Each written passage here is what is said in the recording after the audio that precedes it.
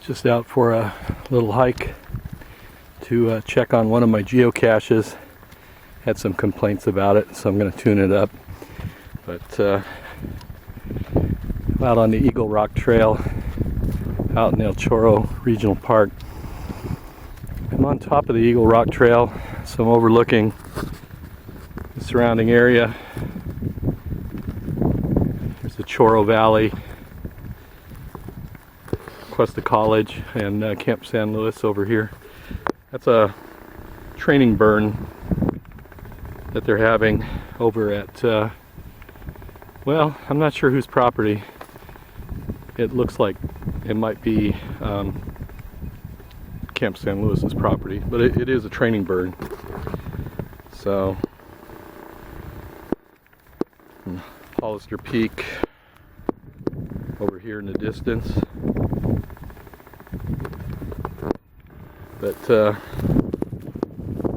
here on top, there are these acorn grinding holes, which I believe I've shown you before. I'm going to show you something that I'm not sure I've ever shown you before.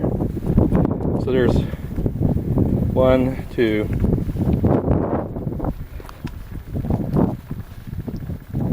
3, 4. Just kind of doing a count here as I look. 5, 6. I would say that's the beginning of one. Maybe 7 could be. Might have been.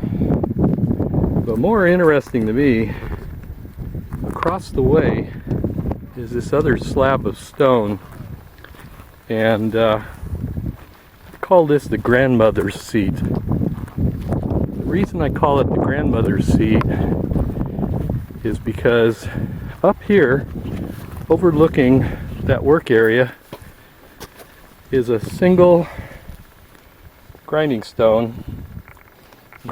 hole, and there's a worn seat here. And I just have this idea. Let's scoop this away. I just have this idea that the grandmother sat here, watched the children, and kept them working. If they started to play and misbehave, she probably corrected them.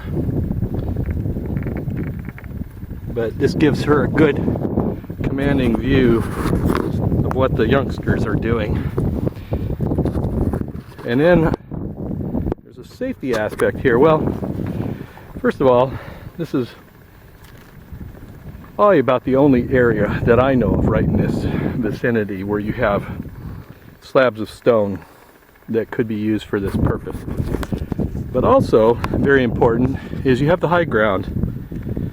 And in this way, they had a commanding view of their surroundings. And if a threat such as a bear, a California grizzly or something started to come in, they had ample warning, hopefully, to observe the bear's approach and take action.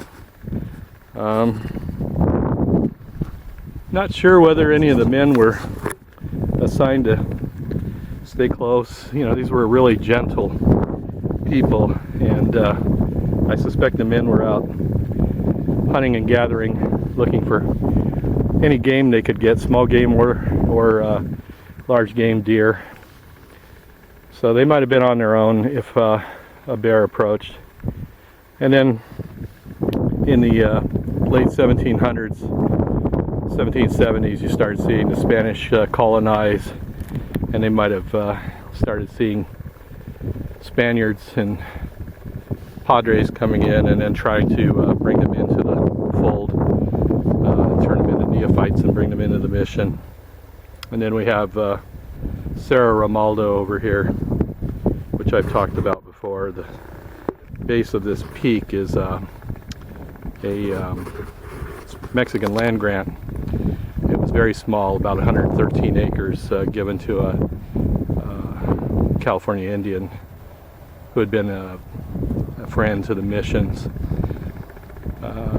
Interesting that most of your ranchos went many thousands of acres, and he got 113 acres. But then, on the other hand, you know, they weren't a people that believed in land ownership, and the name of the Mexican land grant was the Huerta de Romualdo, or the garden or orchard of Romualdo. So he probably had a little orchard where he raised fruit trees or vegetables and things.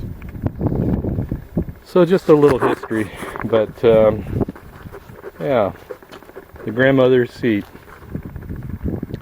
Beautiful people.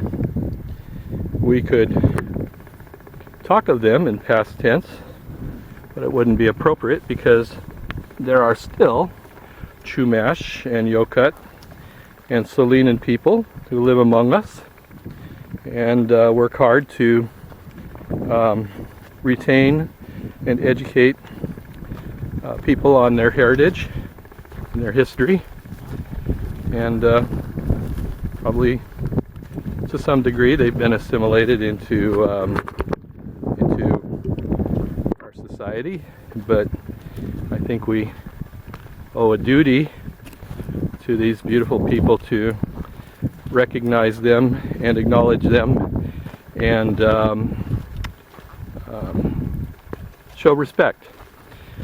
Sadly, their numbers were greatly decimated by disease and, yes, to some degree, cruelty by men, by Europeans and the Americans.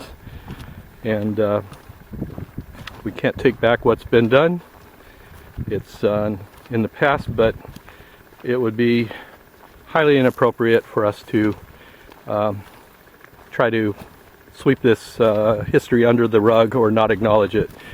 We have to accept the role that was played in this, and again, I think the best thing we can do at this point is respect and acknowledge the people who still live here and try to carry on these traditions. So blessings to them for how they lived, and for their efforts today to share their history and traditions with us. And we'll talk to you a little later.